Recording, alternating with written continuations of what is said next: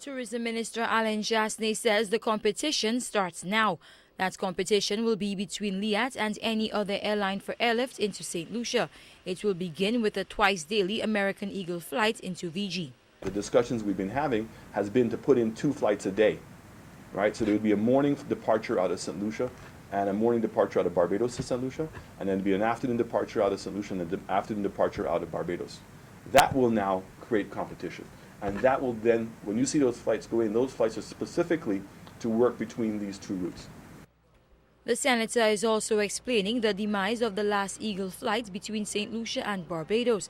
He says that flight was designed to offset the loss of British Airways into St. Lucia, and in that regard, it met its objective. During the peak periods, it worked. Not only did it connect with passengers off of British Airways and Virgin, but it also connected off of passengers on the American flights into Barbados as well.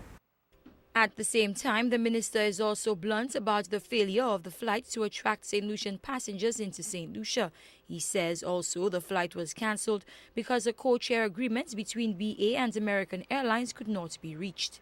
American Airlines was asking something of British Airways in exchange for the co-chair on that flight, and never came to the term. Now that's outside of my control.